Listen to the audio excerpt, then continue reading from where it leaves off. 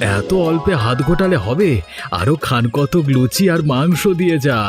হারুবাবুর পা যে একদম খালি হয়ে গেল। আরে না না, আর দিলে খেতে পারবো না, অনেক খাওয়া হয়ে গেছে। রান্না বান্না সব ঠিকঠাক আছে তো? একদম দারুণ রান্না হয়েছে। পাচক মশাই কে? আমাদের জগা রান্না করেছে। আমাদের তো আর তেমন সাধ্য নাই বাইরে থেকে বড় রাঁধুনি আনবো, তাই আমাদের গ্রামের জগা ঠাকুরকে দিয়েই রান্না করিয়েছি। আরে জগার থেকে আবার বাইরের পূজারি কি এমন ভালো রান্না করবে? মাংসের ঝোলটা সেই স্বাদের হয়েছে, পুরো মুখে লেগে থাকবে। আমাদের ৩-৪ গ্রামে কোথাও মাংসের ঝোলের দাওয়াত থাকলে জগারই তো ঢাক পড়ে, তাই এই গরিবের মেয়ের বিয়ের রান্নার দায়িত্ব ওকেই দিয়েছিলাম। ভালোই করেছেন। জগা ছাড়া এত ভালো রান্না আর কেউ করতে পারবে না, এ আমি হলফ করে বলতে পারি। আপনারা খেয়ে খুশি হলেই আমি খুশি। সব আয়োজন তো আপনাদের জন্যই। আপনি বরং বিয়ের দিকটা একটু দেখুন, এদিকে বাকিরা তো আছে, তারা সবাই মিলে সামলে নেবে। হ্যাঁ হ্যাঁ, সে তো দেখতে হবে। তার আগে অতিথি আপ্যায়ন ঠিক মতো করি। আরে মশাই, আপনার অতিথি আপ্যায়নে কোনো ত্রুটি নাই, বুঝলেন? আমরা সবাই আপনার মেয়ের বিয়ের ভোজ খেয়ে খুব খুশি। দুহাত ভরে নবদম্পতিকে আশীর্বাদ করে যাচ্ছি, ওদের আগামী জীবন খুব সুখকর হোক। এটুকু হলেই হবে, আর কিছু চাওয়ার নেই। ছেলে মেয়ে দুটো সুখী যেন হয়। আপনারা নিজেদের বাড়ি মনে করে খাওয়া দাওয়া করুন। আমি ওদিকটা দেখি, বৃষ্টিটাও ঝিরিঝিরি করে পড়ছে। হ্যাঁ হ্যাঁ, তাই যান। বরের গাড়ির শব্দ পেলাম মনে হচ্ছে। আমরা এইদিকে ঠিক খেয়ে নেব, আপনি চিন্তা করবেন না। আচ্ছা আচ্ছা, ঠিক আছে। খাওয়া দাওয়া শেষ করে একটু বিয়ে বাড়ির মণ্ডপে আসুন। হ্যাঁ, আমার মেয়েকে আশীর্বাদ করে যাবেন। হ্যাঁ হ্যাঁ, নিশ্চয়ই যাব। আপনার মেয়ে তো আমার মেয়ের মতন। আপনি যান, আমি যাচ্ছি। ঠিক আছে, আমি এগোই তাহলে। বর এসে গেল মনে হয়। হ্যাঁ। আরে ঠাকুরপো, এসো এসো, ভিতরে এসো। এতক্ষণে তোমাদের আসার সময় হলো? কিরে কানন, তুই তো আগে আসতে পারতিস। আসলে দিদি, তোমার ভাইয়ের তো অনেক কাজ থাকে, শুধু ঘুরে বেড়ালেই চলে না। বাড়ি গাড়ি সব কাজে চলে গিয়েছিল। তুমি তো জানো আমি আবার গাড়ি ছাড়া কোথাও যেতে পারি না। এই তো মিনিট 10-এর রাস্তা কানন, চাইলে তো হেঁটেও আসতে পারিস। কি যে বলো দিদি, এত ভারী গয়না পরে আমি রাস্তা দিয়ে হেঁটে আসবো? তাছাড়া আমার তো একটা মান সম্মান আছে নাকি? চলো ঠাকুরপো, চল কানন, পাখির কাছে চল। হ্যাঁ চলো। এসো এসো কাকিমা, ভেতরে এসো। হ্যাঁ হ্যাঁ, আসছি। যা ঘরদোরের অবস্থা তোদের। আমরা তো গরিব মানুষ কাকি, যতটুকু আছে ততটুকু নিয়েই খুশি। থাক থাক, আর বেশি জ্ঞানের কথা বলতে হবে না। এই নেকলেসটা নে, এটা তোর কাকা তোর জন্য এনেছে। এত দামি নেকলেস আমার জন্য? আমাদের টাকা পয়সার অভাব আছে নাকি? ওরকম নেকলেস আমরা অনেক বানাতে পারি।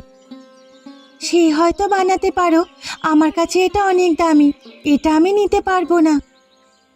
কেন নিতে পারবি না কেন? এমন নেকলেস তো মনে হয় কখনো চোখেও দেখিসনি। আমার বাবার যেটুকু আছে সেটুকু দিয়েই আমায় সাজিয়ে দিয়েছে, আর আমি তাতেই খুশি। তোমাদের ওই নেকলেস আমি নিতে পারবো না। কেন নিতে পারবি না সেটা তো বল। এমন একটা দামি নেকলেস দেখলে তো তোর শ্বশুর বাড়ির লোকজন খুশি হবে, তোর বাবা তো আর কখনো দিতে পারবে না। তুমি আমাকে এমনি দুহাত ভরে আশীর্বাদ করো কাকি। যদি তুমি আমার হাতে 1 টাকা দিয়ে আশীর্বাদ করো, তাতেও আমি খুশি। অহংকার মেশানো এই উপহার আমি নিতে পারবো না। বুঝেছি, বাপ মেয়ের তো একই রকমের জেদ, এই জন্যই জীবনে কখনো এগোতে পারলি না। বেশ ঠিক আছে, এটা আমি ঘুরিয়ে নিয়ে যাচ্ছি। হ্যাঁ কাকি, নিয়ে যাও। তুমি আর কাকা যেদিন নিজেকে অহংকার ছেড়ে আমাদের কাকা কাকি হয়ে আমাকে আশীর্বাদ করবে, সেদিন তোমাদের বাড়িতে আমি আর আমার স্বামী ঝোল মাংসের দাওয়াত খেয়ে আসবো। এটাই হবে আমার বিয়ে সেরা উপহার। অপেক্ষায় রইলাম। বেশ, তুই যখন বলছিস সেটা আমি ঘুরিয়ে নিয়ে যাচ্ছি। কাজটা তুই মোটেও ভালো করলি না। আমি তো বলছি কাকি, তোমার দেওয়া একটা সুতো আমার কাছে গুরুত্বপূর্ণ, কিন্তু তা যেন অহংকার জড়ানো না হয়। দেখি তোর কাকা কোথায়, আমরা বাড়ি ফিরবো। এখনই ফিরে যাবে কাকি? খাওয়া দাওয়া তো করে নাও, তারপর যেও। আমার খাওয়া দাওয়া করার কোনো ইচ্ছে নেই। এই তো খাওয়াচ্ছিরি, আগে তোর কাকা কোথায় দেখি। কে কোথায় আছিস? তাড়াতাড়ি আমার ভাইকে খাবার দে, একদম গুছিয়ে সাজিয়ে দিস। দাদা, তুমি যদি আর একটু চেষ্টা করতে না, তাহলে আজকে পাখির বিয়েটা আরো ধুমধাম করে দিতে পারতে। এই আমাকেই দেখো না, কি সুন্দর ব্যবসা করে লাখপতি হয়ে গেছি। দেখ ভাই, আমার এত বড় লোক হওয়ার ইচ্ছে নেই। সারা জীবন ছাত্র পড়িয়ে যা পেয়েছি তাই অনেক, এর চেয়ে বেশি আর কিছু চাই না। সারা জীবন সততার জ্ঞানের কথা বলতে বলতে তুমি জীবন কাটিয়ে দিলে, বাইরে পৃথিবীটা আর দেখলে না। আমার আর বাইরের পৃথিবী দেখে কি কাজ ভাই? আমার তো এখানে শান্তি। তুই আর কথা না বলে খাওয়া শুরু কর, আমি নিজে দাঁড়িয়ে থেকে তোকে খাইয়ে যাই। কি কি খাবার আছে দেখি? কিছু আয়োজন করতে পারিনি ভাই, সামান্য কিছু। সবাই বলছে রান্না নাকি খুব ভালো হয়েছে, বিশেষ করে মাংসের ঝোল আর পোলাওটা নাকি খুব সুন্দর হয়েছে। সবাই যখন বলছে তখন আমি না হয় প্রথমে মাংসটাকেই খেয়ে দেখি। হ্যাঁ হ্যাঁ ভাই, খা খা, বল তো খেয়ে কেমন হয়েছে। জি জি জি জি, ও জঘন্য রান্না। কে বলেছে এসব রান্না ভালো হয়েছে? বাজে রান্না আমি কখনো খাইনি। এত মাংসগুলো তো একদম সেদ্ধ হয়নি, আর পোলাও এর চাল তো একদম গলে যাচ্ছে। খুব বাজে রান্না। এরকম বাজে বিয়ে বাড়ির খাওয়া গোনা খাইনি। কি বলছিস ভাই? সবাই বলছে এত ভালো, তুই বলছিস খারাপ? এদের মতিভ্রম হয়েছে, না হলে খেতে পারে না। আরে মাগনা খাবার পেয়েছে তো তাই আহাবাচা করছে। এসব কেউ কোনো ভালো বলতে পারে কে? না না ভাই, এলাকার সব বিশিষ্ট মানুষরাই এ কথা বলেছে, ওনারা সব উঁচু দরের লোক। তাহলে হয়তো ওনাদের রুচি নষ্ট হয়েছে, না হলে এমন বলতেন না। যাক দাদা, আমি উঠছি, ডেকে এনে এমন অপমান না করলেও পারতে। যত সব আমাকে ভুল ভাবছিস ভাই, আমার যতটুকু সামর্থ্য ছিল তার মধ্যে যা পেরেছি করেছি। ভবিষ্যতে আমাকে নেমন্তন্ন করবার আগে একটু ঠিকঠাক ভাবে আয়োজন করো দাদা। এত সস্তার খাওয়া আমি খাই না। তোমার বউকে নিয়ে আমি এখন বের হয়ে যাচ্ছি। দাঁড়া ভাই দাঁড়া, এমনটা করিস না ভাই, দাঁড়া। মায়ের খাওয়া হয়ে গেছে? মাকে তো দেখছি না। হ্যাঁ হ্যাঁ, মা খেয়ে বিশ্রাম নিচ্ছেন। আমি বললাম আমি যখন আছি আপনাকে আর বসে থাকতে হবে না। বাহ, বেশ গিন্নি গিন্নি হয়ে উঠেছ দেখছি। ভালো ভালো। আমি কি বাচ্চা মেয়ে নাকি? আমি সব কাজ করতে পারি, গিন্নি তো হবই। হ্যাঁ হ্যাঁ, সে তো অবশ্যই। তা বড় গিন্নি, আজকে কি রান্না করেছো শুনি? আজ করেছি ভাত, মাছের মাথা দিয়ে ডাল, পাট শাকের ভাজা আর মাংসের ঝোল। বাবাই তো বিশাল আয়োজন। তাহলে তো সত্যিই বলা যায় তুমি গিন্নি হয়ে উঠেছো। এত কিছু আয়োজন যখন একা হাতে সামলাতে পেরেছো, সংসারটাও নিশ্চয়ই সামলাতে পারবে। খাচ্ছি, খিদেও পেয়েছে খুব। তাহলে কথা না বলে খাওয়া শুরু করো। গিন্নি, তোমার হাতের রান্না তো অসাধারণ গো। পারলে তোমার হাতটা সোনা দিয়ে মুড়িয়ে দিতুম, কিন্তু সে ক্ষমতা তো আমার নেই। তাতে কি হয়েছে? সোনায় মোড়া হাতে নেই আমি তোমার জন্য রান্না করতে পারবো, তার থেকে আমার এই হাত ভালো। আমি তো শুনেছিলাম বিয়ের আগে নাকি তুমি এ গাছ থেকে ও গাছে লাফিয়ে বেড়াতে, তাহলে এত সব রান্না শিখলে কখন? কেন, আমি শুধু লাফিয়ে বেড়াতাম বুঝি? মায়ের হাতে হাতে সব কাজই করে দিতাম, তাই তো এত কাজ শিখতে পেরেছি। নমুনা তো আমি দেখতেই পাচ্ছি। নমুনা কি খারাপ? আমি কি খুব খারাপ কাজ করছি? একদমই না, তোমার মতো গিন্নি মানুষ কি আর ভুল কাজ করতে পারে? মজা করছো তুমি আমার সঙ্গে? তোমার সঙ্গে মজা করব আমার ঘাড়ে কটা মাথা? তুমি বরং আমাকে একটু ভাত আর মাংসের ঝোল দাও দেখি, খাসা হয়েছে। হ্যাঁ হ্যাঁ, এই নাও, তোমার জন্যই তো রান্না করা।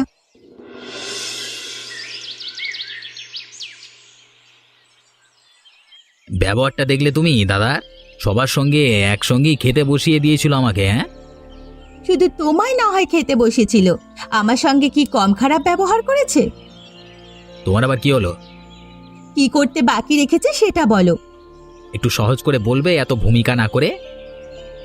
তোমার ভাইজি তোমার দেওয়া নেকলেস নেয়নি, বলে কিনা ওটা নাকি আমাদের অহংকারের উপহার। এইটুকু মেয়ে গুরুজনদের কিভাবে সম্মান দিতে হয় জানি না। আমিও ইচ্ছে করে খাবারগুলোকে খারাপ বলে দাদাকে সবার সামনে নিচু করেছি। বেশ করেছো, নিজেদের যখন সামর্থ্য নেই তখন কে বলে আমাদের ডাকতে? ডাকলে কিভাবে আপ্যায়ন করতে হয় সেটাও জানে না।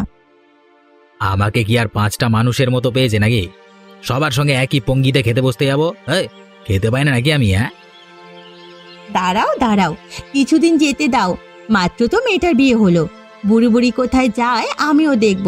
তোমার দাদা বৌদিকে ঘুরে ফিরে আমাদের কাছেই আসতে হবে। সেই অপেক্ষাই করছি। দেব তখন ধোতা মুখ ভোতা করে আমাকে অপমান, দেখবো এত জেদ কোথায় যায়। এইটুকু মেয়ে, সে নাকি আমার সঙ্গে মুখে মুখে তর্ক করে। দাঁড়াও দাঁড়াও, সব হিসেব তোলা রইল, সময় হোক ঠিক জবাব দেব। এসো এসো বাবা জীবন, খেতে বসো। হ্যাঁ বাবা, সেই সকাল থেকে তোমার শাশুড়ি মা রান্না করে যাচ্ছেন শুধু তোমাকে যত্ন করে খাওয়াবে বলে। শুধু আমি নয় বাবা, তোমার শ্বশুর মশাই সেই সকাল থেকে বাজারে গিয়ে বেছে বেছে মাছ মাংস সবজি সব কিনে এনেছেন। ও এমন কিছু নয় বাবা, আমাদের যা সামর্থ্য তার মধ্যে যতটুকু করতে পেরেছি তাই করেছি। তুমি যদি খুশি হও তাহলে অল্প আয়োজন সার্থক হবে। এটা কি আপনার অল্প আয়োজন বলে মনে হয় বাবা? বিশাল আয়োজন, কত রকমের পদ করেছেন মা। কোথায় আর করতে পারলাম বাবা, তুমি আমাদের একমাত্র মেয়ের জামাই। স্বাদ হয় অনেক কিছু করার, কিন্তু উপায় কই বলো? আপনি যা করেছেন মা, এটা অনেক বেশি, আর কিছু চাই না। পাখি, তুমিও খেতে বসো। মা বাবা আপনারাও একসঙ্গে বসুন। তা কি কখনো হয় নাকি বাবা?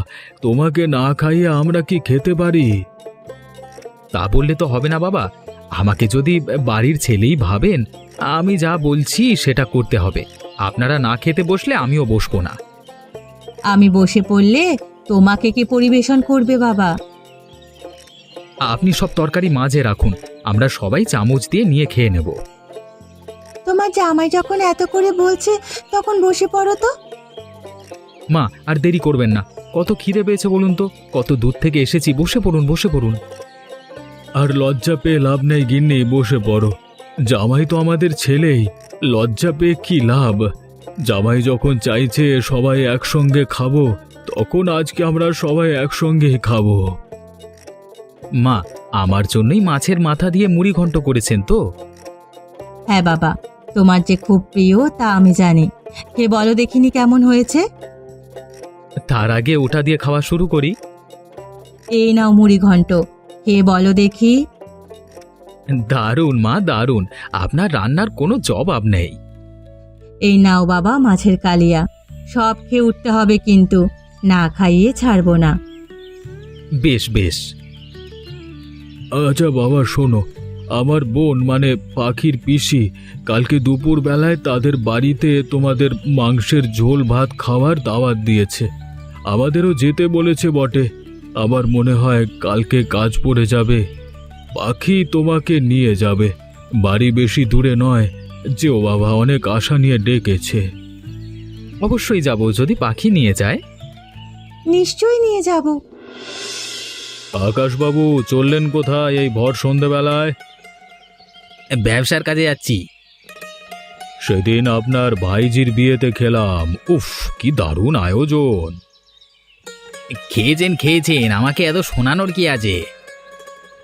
আরে আপনাকে শোনাচ্ছি কোথায়, নিজের ভাইজি, আপনার তো নিজের ভাইজির বিয়ের ভোজ, এত ভালো হয়েছে না জানিয়ে পারলাম না। আচ্ছা হারুবাবু, ওই ভোজটাকে এত ভালো লাগলো। আপনি তো এই এলাকার গণ্যমান্য মানুষ, আপনি তো ঠিক ভুলটা বুঝতে পারবেন। কিসের ঠিক ভুল বলুন তো আকাশবাবু? ওটা কি আদবে ভালো রান্না হয়েছে? আমি তো কিছুই মুখে দিতে পারিনি। আপনারা সবাই মিলে বলছেন রান্না নাকি ভালো হয়েছে। কার কি দেখেছি তা তো আমি বলতে পারবো না, আমার তো খুব ভালোই লেগেছে। দিন দিন কি আপনার রুচি এত নিচে নেমে যাচ্ছে? এই খাবার আপনাদের ভালো লাগছে? আমাদের রুচি ঠিকই আছে আকাশবাবু, আপনি বরং আপনার মনটাকে পরিষ্কার করুন। টাকা আছে বলে সবকিছুকে নিচু চোখে দেখবেন না। আমাকে এভাবে অপমান করতে পারেন না। আপনি এই এলাকার সম্মানীয় ব্যক্তি বলে আপনি যে যে কাউকে অপমান করবেন, এটা কিন্তু আমি মেনে নেব না। আপনি যদি অন্যকে অপমান করেন আপনাকেও তো অপমানিত হতে হবে, তাই না আকাশবাবু? আপনার সঙ্গে কথা বলাই বেকার, আমার কাজ পড়ে আছে, রাস্তা ছাড়ুন তো। আপনার সঙ্গে এত বকে আমার লাভ নেই। এত অহংকার ভালো নয় আকাশবাবু, বিপদে পড়বেন সেদিন বুঝবেন। সে আমার ব্যাপারে আমি বুঝে নেব, আপনাকে আর কোনো জ্ঞান দিতে হবে না। রাস্তা ছাড়ুন তো, যত সব জোটে আমার কপালে, যত সব।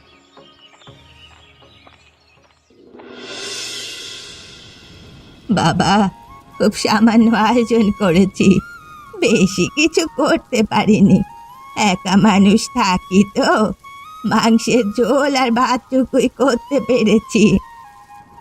ভালো করেছেন পিসিমা, এই মাংসের ঝোল আর ভাত এখন আমার কাছে সব থেকে বেশি সুস্বাদু।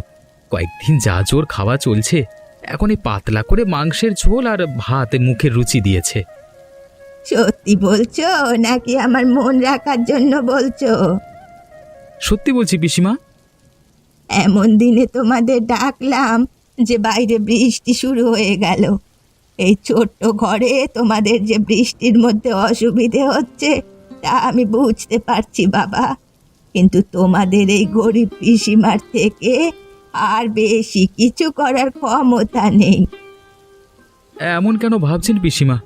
আমি গ্রামের ছেলে, আমাদের বাড়িতেও জোর বৃষ্টি হলে ঘরের চাল অনেক সময় ফুটো হয়ে জল পড়ে। তোমরা হলে আমার মেয়ে জামাই, তোমাদেরকে যদি না যত্ন করে খাওয়াতে পারি, বসতে দিতে পারি, তবে কি আমার ভালো লাগে? আপনি ওসব না ভেবে আমাকে আর এক হাতা ভাত আর একটু মাংসের ঝোল দিন দেখি। যা সুস্বাদু রান্না হয়েছে, একদমই বৃষ্টির দিনেই দাওয়াত জমে গেছে। খাও খাও বাবা, তোমার জন্যই তো রান্না করা। তুমি খেয়ে খুশি হলে তবেই তো আমার খুশি। পিসিমা, আপনি পুরো আমার মায়ের মতোই রান্না করেন। মায়ের হাতের সেই স্বাদ আবার আপনার রান্নায় পেলাম। খেয়ে দিয়ে এখন একটু বিশ্রাম করো, বৃষ্টিটাও ধরুক, বিকেলে বরং বাড়ি যেও। ঠিক আছে ঠিক আছে, তাই হবে ক্ষণ। ছেলে মেয়ে দুটো সে কখন খেতে গেল, এখনো তো ফিরল না। তুমি অত চিন্তা করো না, আসলে বাইরে বৃষ্টি পড়ছে তো, তাই হয়তো ওদের পিসিমা ছাড়েনি। ঠিক সময় হলে চলে আসবে। তা হবে হয়তো। মেয়েটা সবার আশীর্বাদ পাচ্ছে, শুধু যদি কাকা কাকিমার আশীর্বাদটুকু পেত। আমার বিশ্বাস একদিন না একদিন সেটাও হবে। আর কবে গিন্নি? ভাই তো আমার টাকা পয়সার অহংকারে এমনই হয়ে গেছে যে এখন মানুষ আর মানুষ বলে মনে করে না। একদিন না একদিন নিজে থেকেই ঠাকুরপো সমস্ত কিছু বুঝতে পারবে, দেখো সেদিন তোমার কাছে নিশ্চয়ই আসবে। আমি তো সেই দিনটারই অপেক্ষা করছি। আমরা দুই ভাই আবার আগের মতো মিলেমিশে থাকতে পারবো। পারবে গো পারবে, দেখবে সব ঠিক হয়ে যাবে। গিন্নি, বাবা মারা যাওয়ার পরে আমি আমার মার ভাইটাকে বুকে আগলে ধরে বড় করেছি। কত ছোট ছিল আর সেই ভাই আমার থেকে এত দূরে, এটাই মেনে নিতে পারছি না। একটু সময় দাও, সব ঠিক হয়ে যাবে। আমিও তো চাই আমরা সবাই আবার আগের মতো একসঙ্গে থাকি। ভাইটার জন্য মাঝে মাঝে খুব চিন্তা হয়। টাকা পয়সার পেছনে ছুটতে ছুটতে কখন না ভুল রাস্তায় চলে যায়। না না, এই দিক থেকে তুমি বিশ্বাস রাখো, ঠাকুরপো যতই বড়লোক হতে চাক, কখনো ভুল রাস্তায় চলে যাবে না। তাহলেই ভালো, বিপথে না গেলেই ভালো। আমি বরং একটু এগিয়ে দেখি ব্যাপারটা কি হলো। ওরা চলে আসবে, তোমাকে আর এই বৃষ্টিতে বাইরে বেরোতে হবে না। এমনিতেই তোমার শরীর খারাপ। আমি একদম সুস্থ, বুঝলে? একদম 100 হাতের শক্তি আমার শরীরে। তুমি আমাকে সামান্য বৃষ্টির ভয় দেখাচ্ছ? হাজারখানা রোগ বাঁধিয়ে রেখেছো শরীরে, রক্তে চিনির পরিমাণ তো হু হু করে বাড়ছে, তার দিকে খেয়াল আছে? সব ঠিক হয়ে যাবে। সবাই একসাথে মিলেমিশে থাকলে আমার সব চিন্তার অবসান গো। বুঝলাম, ঘুরে ফিরে সেই এক কথা। আমার মনে হচ্ছে খুব তাড়াতাড়ি সব ভালো হবে। তাই হোক। রাস্তাগুলো কি পিচিল হয়েছে বর্ষায়, একদম হাঁটা যাচ্ছে না। কেন যেন রাস্তাগুলো ঠিক করে না। একটু এদিক ওদিক হলেই পুকুরে গিয়ে পড়বো নির্ঘাত। দেখো পাখি, সামনে চেয়ে দেখো, কাকা শ্বশুরমশাই আসছেন। রাস্তা চলাই এখন দায় হয়ে উঠেছে। আমার এত দামি জুতোখানা কাদাতে নিয়ে চলাও যাচ্ছে না। আগে জানলে কাছারিতে আজকে থেকে যেতাম। কাকাবাবু, কাকাবাবু শুনছেন? কে ডাকে আমাকে কাকাবাবু বলে? এমনিতেই রাস্তায় চলতে আমার দফারফা হয়ে যাচ্ছে, আবার কে ডাকে গলা? আমি সামনের দিকে আমি আপনার ভাইজির স্বামী, আমি ডাকছি। ও তোমরা, তা মাঝ রাস্তায় দাঁড়িয়ে এভাবে কাকা বাবু করছো কেন? হ্যাঁ, না ভাবলাম আপনার সঙ্গে তো এই প্রথমবার দেখা হলো, একটু কথা বলি। এটা কি কথা বলবার জায়গা? যত সব বিয়াক্কেলে মানুষ, যেমন বিয়াক্কেল শ্বশুর তেমন বিয়াক্কেল জামাই, যত সব। আপনি কিন্তু আমার শ্বশুর মশাইকে কিছু বলতে পারেন না। এই সরো তো, আমাকে যেতে দাও। মেলা বকছে আমার সামনে, সময় নষ্ট করছে, এগিয়ে যাই আমি, চলো।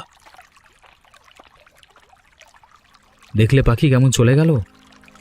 বাঁচাও, কে কোথায় আছো? বাঁচাও, আমি জলে ডুবে যাচ্ছি, বাঁচাও। কাকাবাবুর গলার আওয়াজ মনে হচ্ছে না, কি হলো দেখি তো পেছনে ঘুরে। উনি তো পা পিছলে মনে হয় পুকুরে পড়ে গেছেন। ওনাকে বাঁচাতে হবে, এখানে দাঁড়াও, ওনাকে তুলে আনছি। উনি মনে হচ্ছে সাঁতার জানেন না। দাঁড়ান কাকাবাবু, আমি আসছি।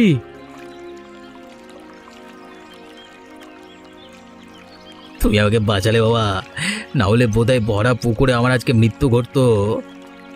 ছি ছি ছি ছি, ওসব কথা বলবেন না। এখন কেমন বোধ করছেন? এখন আমি ঠিক আছি বাবা, আমি বুঝতে পেরেছি মানুষের থেকে বড় কিছু হয় না, টাকা পয়সা থাকলেই সব হয়ে যায় না। এতদিন আমি তোমাদের সাথে অনেক অন্যায় করেছি, আজকে আমি সব ভুল বুঝতে পেরেছি, আমাকে ক্ষমা করে দিও। মানুষ মাত্রই তো ভুল হয়, আপনি যে বুঝতে পেরেছেন এটাই অনেক। আপনাকে এখন বাড়ি পৌঁছে দিয়ে আসি।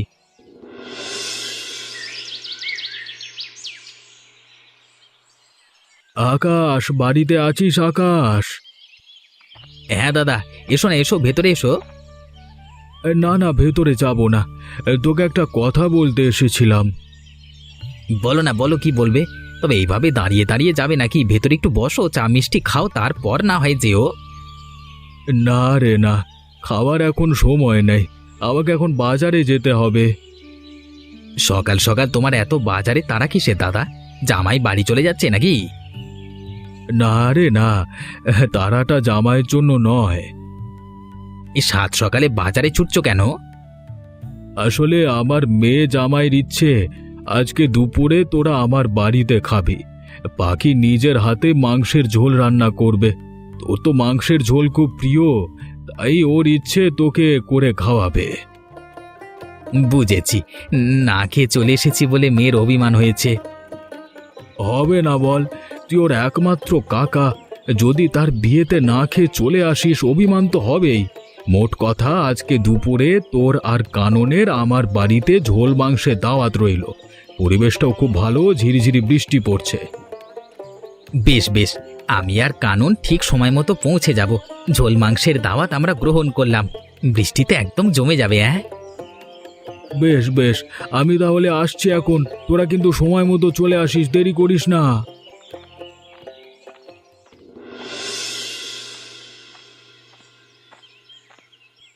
ওমা, তোমরা চলে এসেছো? বসো বসো, দাঁড়িয়ে থেকো না, সে কখন থেকে তোমাদের জন্য অপেক্ষা করছি। তোর কাকিমাই তো সেজে গুজে বের হতে গিয়ে দেরি করে ফেললো, আমি এখন কি করি বল দেখি। মোটেও না রে, তোর কাকাই কাজ থেকে ফিরতে দেরি করেছে। তার আগে তুই আমার কাছে আই দেখি, এটা ধর। আচ্ছা, হয়েছে হয়েছে, আর ঝগড়া করতে হবে না, এবার খেতে বসো দেখি। হ্যাঁ হ্যাঁ বসছি, তোর হাতের ঝোল মাংস বলে কথা, একদম জমে যাবে। নাও, এবার বলো দেখি কেমন হয়েছে। হুম, মায়ের হাতের রান্নার কথা মনে পড়ে গেল, একদম দারুণ হয়েছে। অনেকদিন পর এমন মাংসের ঝোল খেলাম, খুব ভালো হয়েছে। জামাই কোথায়? বাড়ির বাকিরাই বা কোথায়? হ্যাঁ, মা শরীরটা ভালো নেই, তাই জোর করে একটু শুইয়ে রেখে এলাম, খাওয়ার পরে দেখা করো। বাবা আর তোমার জামাই খুব জরুরি কাজ পড়ে যাওয়াতে একটু বেরিয়েছে, চলে আসবে। আচ্ছা আচ্ছা তাই বল, ততক্ষণ থেকে কাউকেই যে চোখে পড়ছে না। বৌঠানের আবার কি হলো? বাতের ব্যথাটা খুব বাড়াবাড়ি হয়েছে, একটু বিশ্রাম নিতে বললাম। ভালোই করেছিস, তুই যে পাকা গিন্নি হয়ে উঠেছিস, আর কাউকেই লাগবে না। কি যে বলো না কাকা। হ্যাঁ রে মা, আমিও তোকে প্রাণ ভরে আশীর্বাদ করি, খুব ভালো থাক, সুখে থাক। তোর হাতের এই ঝোল মাংস যেন আমি শেষ বয়স পর্যন্ত খেতে পারি। তুমি এমনই থেকো কাকা, আর পাল্টে যেও না। না রে মা না, এবার থেকে আমরা সবাই মিলেমিশে একসাথেই থাকবো, আর তুই আমাকে মাংসের ঝোল রান্না করে খাওয়াবি। এমনই মজার মজার গল্প পেতে আমাদের চ্যানেলটিকে সাবস্ক্রাইব করতে ভুলবেন না।